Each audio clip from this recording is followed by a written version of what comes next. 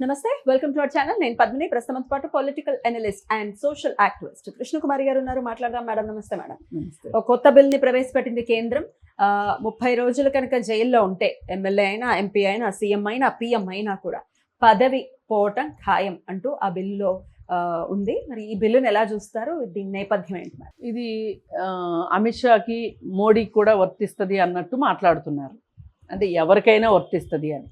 కానీ ఇది వడ్డించేవాడు మనవాడైతే చివరిన కూర్చున్నా మనకు దొరికేది మనకు దొరుకుద్ది అన్నట్లు వాళ్ళ పార్టీ వాళ్ళ చేత్తో వాళ్ళ కళ్ళు ఎందుకు పొడుచుకుంటారు? బీజేపీ వాళ్ళు ఎదురోళ్ళ కళ్ళు పొడవటానికి ఈ బిల్లు పట్టుకొచ్చారు. ఎవరెవరిని పొడుస్తారు? కాంగ్రెస్ వాళ్ళని, వాళ్ళకి మద్దతు ఇవ్వని ప్రాంతీయ పార్టీలని ఒక కంట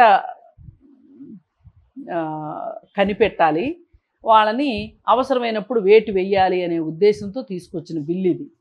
పైగా ఒకప్పుడు ఎప్పుడో అమిత్ షా పాత రోజుల్లో జైల్లో ఉన్నాడు. అలాగే రాష్ట్ర బహిష్కరణకు కూడా గురైన వ్యక్తి అమిత్ షా. మరి పాత కేసులు తిరగదోడితే పాత కేసులకి ఇది వర్తించదుగా.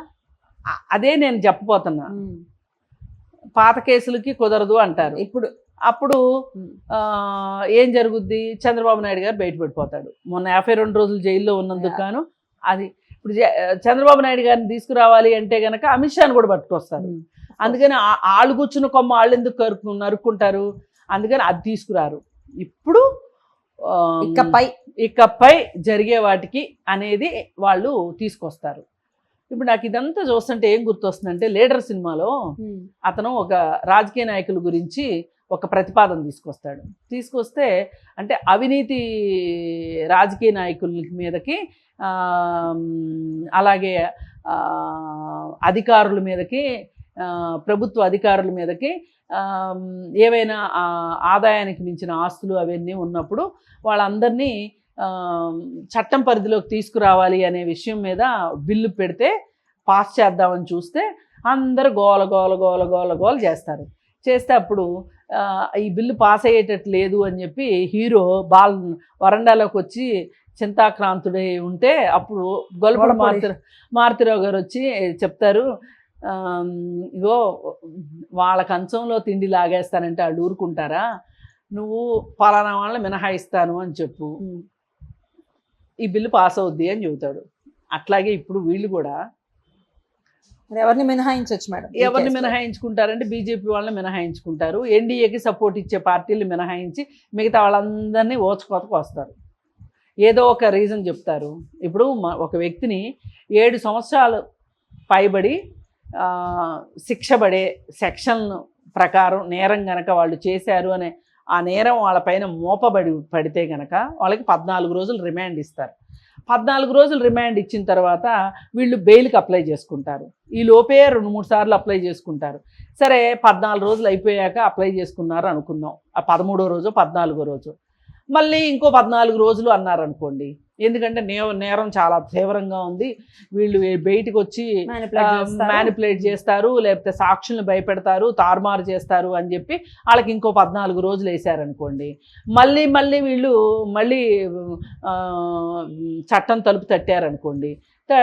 తట్టినప్పుడు ఏం చేస్తారంటే, లేదు ఇంకా అసలు ఆ ప్రమాదం ఏం తొలగిపోలేదు, రోజుకి పెరిగిపోతుంది ఆ ప్రమాదం, అందుకని వీళ్ళు ఇంకొన్ని రోజులు వీళ్ళకి బెయిల్ ఇవ్వడానికి వీల్లేదు అన్నారనుకోండి.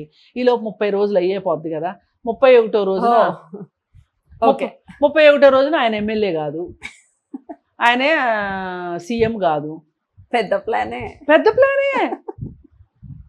చిన్న ప్లాన్ ఏం కాదు. ఇది ఎవరెవరికి పట్టుకుంటుంది? కాంగ్రెస్ పార్టీని పట్టుకుంటుంది, సమాజ్వాదీ పార్టీని పట్టుకుంటుంది, తృణమూల్ కాంగ్రెస్ని పట్టుకుంటుంది, ఎన్సీపీ పార్టీని పట్టుకుంటుంది, ఏది మహారాష్ట్రలో ఉన్న ఎన్సీపీని పట్టుకుంటుంది. బట్ ఏది శాశ్వతం కాదు కదా. ఇప్పుడు 5 years తర్వాత ఈ బిల్లు ఇలాగే ఉంది, పాస్ అయిపోయింది అనుకుంటే, ఒకవేళ మారింది అనుకుంటే వీళ్ళకి కూడా వర్తిస్తుంది కదా. ఆ విషయం వాళ్ళకి తెలియదు అంటారా? ఈసారి కూడా మేమే గెలుస్తామని కదా ధీమాగా ఉంది. ఇప్పుడు పోయినసారి జగన్ వాళ్ళు అన్ని నేరాలు ఘోరాలు ఎందుకు చేశారు? మేము 30 ఏళ్ళు ఉంటాము అనుకుని. ఇప్పుడు వీళ్ళు కూడా 30 ఏళ్ళకి ప్లాన్ వేశారు, బీజేపీ వాళ్ళు కూడా. అన్నట్లుగానే 15 ఏళ్ళు వచ్చేసారుగా. ఏం చేశారో, మాయ చేశారో, మంత్రం చేశారో, ఏం చేశారో మొత్తానికి వచ్చారు కదా.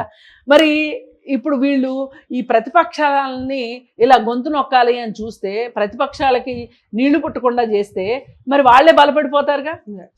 ఇది చూస్తే ఏంటి అంటే ఈ దేశంలో ఎవరైనా అధికార పక్షమే, ప్రతిపక్షం ఉండటానికి వీల్లేదు అనేటట్లుగా ఉంది వాళ్ళ వ్యవహారం. అంటే ఇది ప్రజాస్వామ్య దేశం కాదు ఇంకొన్నాళ్ళు పోయిన తర్వాత. అసలు ప్రజాస్వామ్యం అనే మాటని, డెమోక్రసీ అనే మాటని సిబిఎస్ఈ సిలబస్లో 4 సంవత్సరాల క్రితం సిలబస్లోనే తీసేశారు. ఎందుకంటే రాబోయే రోజుల్లో ఎలాగో డెమోక్రసీ ఉండదు ఈ దేశంలో, అందుకని చదువులో అసలు ఈ స్టూడెంట్స్కి డెమోక్రసీ అనే మాట ఎందుకు తెలియాలి అని తీసిపారేశారు. అదేమంటే సిలబస్ అంట పేజీలు చాలట్లేదంట, అందుకని చెప్పి తీసిపారేశారు. అందుకని ఏంటి అంటే వీళ్ళు బీజేపీ వాళ్ళు వచ్చిన దగ్గర నుంచి వాళ్ళు చేయాలనుకునే అన్నీ చేస్తా వెళ్తా ఉన్నారు వాళ్ళ అధికారం నిలబెట్టుకుంటానికి. ఏది ఏమైనప్పటికీ కూడా ఇది సరి అయిన విధానం కాదు. అందుకే ప్రతిపక్షాల వాళ్ళు బాగా పేపర్లన్నింటినీ అమిత్ షా నెత్తిని కొట్టారు తీసుకెళ్ళి. ఏమయ్యా శిక్షల గురించి నువ్వు కూడా చెప్తావా? బట్ ఇందులో ఒక పాజిటివ్ కోణం కూడా మనం మాట్లాడుకుందాం. అంటే బీజేపీ మంచి చేస్తుందన్న యాంగిల్లో కూడా ఒకసారి మాట్లాడుకుంటే ఓకే, డెఫినెట్ గా ఇప్పుడున్న పొలిటీషియన్స్ ఎంత అద్భుతమైన పొలిటీషియన్స్ ని చూస్తున్నాం మనకు తెలుసు. ఒక లీడర్ని అయితే ఎప్పుడు మనం చూడట్లేదు. మంచి మంచి లీడర్స్ దీని ద్వారా వచ్చే పరిస్థితి లేదంటారా? బీజేపీని మనం వ్యతిరేకిస్తూ మాట్లాడకుండా చెప్పండి, దీంట్లో ఉన్న పాజిటివ్ చెప్పండి. ఇప్పుడు ఎవ్వరు కూడా వాళ్ళు కూర్చున్న కొమ్మని నరుక్కోరు పద్మిని, వాళ్ళు కూర్చున్న కొమ్మని నరుక్కోరు. వాళ్ళు వచ్చింది పరిపాలన చేయటానికి, అంతేగాని ఈ దేశంలో సంస్కరణలు తీసుకురావడానికి అయితే కాదు. సంస్కరణలే తీసుకొచ్చేవాళ్ళు అయితే ప్రజాస్వామ్యాన్ని బతికించేవాళ్ళు. ఇప్పుడు ఈ దేశానికి మూలస్తంభం ఏంటి? భారతదేశానికి ప్రజాస్వామ్యం. మరి ఆ ప్రజాస్వామ్యాన్ని వీళ్ళు బతకనివ్వట్లేదు కదా. ప్రజాస్వామ్యం అనే దాన్ని పాఠ్యపుస్తకాల నుంచి తొలగించిన వాళ్ళు కదా.